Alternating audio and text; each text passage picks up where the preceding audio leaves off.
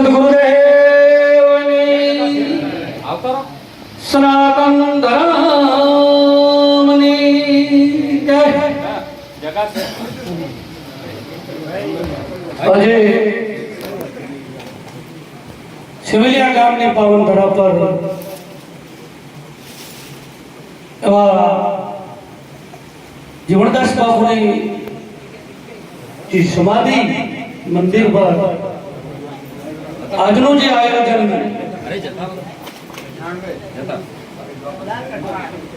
અમારા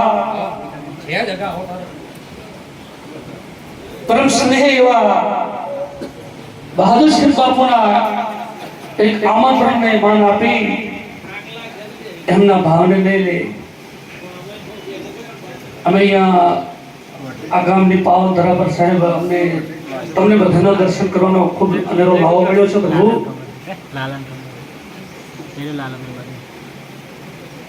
સંત એક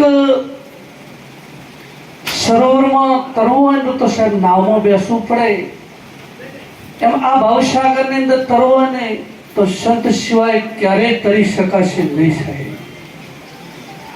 એમ જે આ ગામની પવિત્ર ભૂમિ એમાં હમણાં બાપુએ વાત કરી, ખૂબ સરસ વાત કરી સાહેબ, કે જ્યાં સંતના વારણા થાય છે ને સાહેબ એ ભૂમિ હંમેશા પવિત્ર ही બની જાય છે સાહેબ. એ સદગુરુ કબીર સાહેબ કહે છે કે જાગર સંત નહીં હરિ કીર્તન સંત નહીં નિજ માના, તાકર જમણે ડેરા હાથ પડે શમશાના. જેના ઘરે સંતનો પગલા નહીં થતા, જેના ઘરે સત્સંગ નથી થતું, જેના ઘરે કોઈ હરિ કીર્તન નથી થતું સાહેબ, એ ઘર શમશાન સમાન હોય છે સાહેબ. શમશાનનો મતલબ કે એ ઘરે અજ્ઞાનતા વ્યાપક હોય છે સાહેબ, એ ઘરે ખરાબ આવરણો હોય છે સાહેબ, એ ઘરે ખરાબ દુરાચાર હોય છે, એને જ શમશાન કીધું છે, બીજું કોઈ શમશાન નથી સાહેબ. એ ઘરે એકતા નથી હોતી સાહેબ, એ ઘરે પ્રેમ નથી હોતો સાહેબ, એ ઘરે સ્નેહ નથી હોતો સાહેબ. જો આ સંત જે ઘરે નથી ને એ ઘરે શમશાન સમો છે સાહેબ. એમ અમારા બહાદુરસિંહ બાપુને તો અમે બીજી વખત મારી મુલાકાત થઈ છે નાના ધરોડા, અને ફોન પર અવારનવાર અમને ચર્ચા કરતા. ખરેખર બહાદુરસિંહ બાપુનો જે ભાવ છે, જે પ્રેમ છે, સ્નેહ છે, અમને જે આજથી 500 કિલોમીટર જે અહીંયા બનાસકાંઠામાંથી છે, પાકિસ્તાન અમારાથી 40 કિલોમીટર દૂર છે, વધારે દૂર નથી સાહેબ. આમ બોમ્બના ધડાકા થતા તો કોને સંભળાય કાંઈ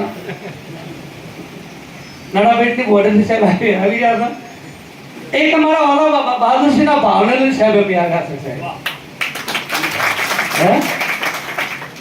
કારણ કે સંત કોઈ ધનનો ભૂખ્યો નથી સાહેબ, સંત એક ભાવ અને પ્રેમનો ભૂખ્યો છે સાહેબ. અને જે ધનનો ભૂખ્યો અને લોભ લાલચનો ભૂખ્યો છે ને ક્યારેય સંત ભક્તિ કરી શકતો નથી સાહેબ. એમાં આજે જીવનદાસ બાપુની જે જગ્યા આજે આનંદમય કિલ્લો થઈ છે, આવા સંતના સાનિધ્યના આધીન થઈ જશે સાહેબ. એટલે આપ બધાએ જે અમારા બહાદુરસિંહ બાપુના જે આમંત્રણને માન આપીને જે બધાયા છો, અને અમને જે વિરાટ સ્વરૂપ પરમાત્માના અમને જે દર્શન કરાયા છે, આ મારા બહાદુરસિંહ બાપુને ધન્યવાદ છે. મારા બહાદુરસિંહ બાપુને અમને પણ તમે દર્શન કરાયા. કારણ કે રોજ મેં માયાના દર્શન કરે છે, મારા નાથના વિરાટ સ્વરૂપના દર્શન ક્યારે થઈ શકે? આ બધી ત્યારે અંદર આવો કોઈ જિજ્ઞાસુ હંસ પ્રગટ થાય એ કરાવી શકે છે, બાકી કાયમનું કામ નથી સાહેબ. મિત્રો, જીવન તો મળ્યું છે હરેકને, જીવન હરેકને મળ્યું છે, અને એ જીવન એક દિવસ લય પણ થઈ જવાનું છે. એ સદગુરુ કબીર સાહેબ પાસે પુરાવો આપે છે કે જબ તુમ આયા જગત में जगत हसे हम रोय अब ऐसी करणी कर चलो हम हसत जगत रोए. હે એવું સારું તમે કાર્ય કરો, એવું સારું તમે કર્મ કરો, પાછો તમારે આ જગત યાદ કરે સાહેબ. જ્યારે આપણો જન્મ થયો હતો ને ત્યારે આપણે પારણિયામાં રડતા હતા અને આપણા કુટુંબ પરિવાર હસતા હતા કે મારા ઘરે બાબાનો જન્મ થયો હતો અને આપણે રડતા હતા. પણ આપણે એવું કર્મ કરો ને સાહેબ, પાછળ જગત યાદ કરે અને રડતું કે ખરેખર આવો મહાપુરુષ હવે ક્યારે મળીશું. એને નેણોમાં નૂર વહે એવું કર્મ કરો સાહેબ. અને એવું કર્મ ક્યારે મત કરશો સાહેબ કે પાછળ જગત તમારી ટીકા કરે સાહેબ, જગત આશી કરે સાહેબ. એવું ક્યારે કર્મ મત કરતો સાહેબ. આ આવું આપણને આમૂલક જે રતન સમાન જે હીરા જે પારસ મણી આપણને પ્રાપ્ત થઈ છે શરીર રૂપી. હે કોઈને નારીના રૂપમાં પ્રાપ્ત થઈ છે, કોઈને પુરુષના રૂપમાં પ્રાપ્ત થઈ છે. અને શિવની શક્તિ તે ખરેખર આ શરીર જે ડાઉં પાહું છે ને શક્તિનું છે અને જમણું પાહું શિવનું છે. પુરુષમાં પણ ડાઉં પાહું નારીનું છે અને જમણું પાહું પુરુષનું છે. એટલે શક્તિ અને શિવ આ અનાદિ છે સાહેબ. જળ અને ચેતન, પુરુષ ને પ્રકૃતિ, ઈંગલા અને પિંગલા, શિવ અને શક્તિ આ અનાદિ છે. અને આના વગર સાહેબ ક્યારેય સંસારની ઉત્પત્તિ થઈ શકતી નથી. પણ આના માટે તમારે સૂક્ષ્મ જવું પડશે. હંમેશા સંતો સૂક્ષ્મમાં રહીને ભજન કર્યું છે સાહેબ. અને જ્યાં સુધી તમારી અંદર સ્થૂળ ભાવ પ્રગટ થશે ત્યાં સુધી બધા જ આવરણના જે માયાના આ બધો પ્રપંચ ઉભા થાય છે સાહેબ. અને હંમેશા સંત સૂક્ષ્મમાં ભજન કરે છે. સૂક્ષ્મ એટલે પોતાનું નિજ સ્વરૂપ. સૂક્ષ્મ એટલે પોતાનું નિજ સ્વરૂપ. સ્વ એટલે પોતે, રૂપ નામ પદાર્થ. જે દ્રષ્ટિ દ્વારા તમારી નયનો દ્વારા જે દેખાઈ રહ્યું છે એ એક પદાર્થ છે, એ એક માયા છે. આ પદાર્થ આ માયા એક દિન વિલન થઈ જશે, કોઈને ક્યારે ખબર નહીં પડે. પણ જો તમે ભજન કર્યું છે, સાચી કમાણી કરી છે, તો સાહેબ એ ભજન તમારું આદ અનાદ ગુંજતું રહેશે. જેમ આ જીવનદાસ સાહેબનું ભજન આ ભૂમિ પર જે ગુંજતું રહ્યું છે એવું પણ આપણું પણ આદ અનાદિ આ ભજન ગુંજતું છે સાહેબ. અને જે જે સંતો સાહેબ ભજન કરી ચૂક્યા છે, કબીર સાહેબ હોય, ભાણ સાહેબ હોય, જીવણ સાહેબ હોય, ખેમ સાહેબ હોય, રવિ સાહેબ હોય, મીરાબો હોય, તુકારામ બાપુ હોય, જેસલ હોય, તોરલ હોય, આ બધા જે સંતોએ ભજન કરી અને સંસારમાંથી તરી ગયા છે સાહેબ.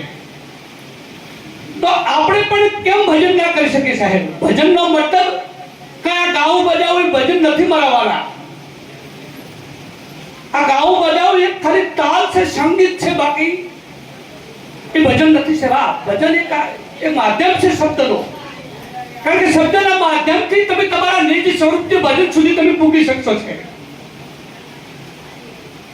આજે સંગીત અંગ્રેજી ભજન ગવડાય છે એના માધ્યમથી તમે તમારા નિજ સ્વરૂપ સુધી પૂગી શકશો સાહેબ.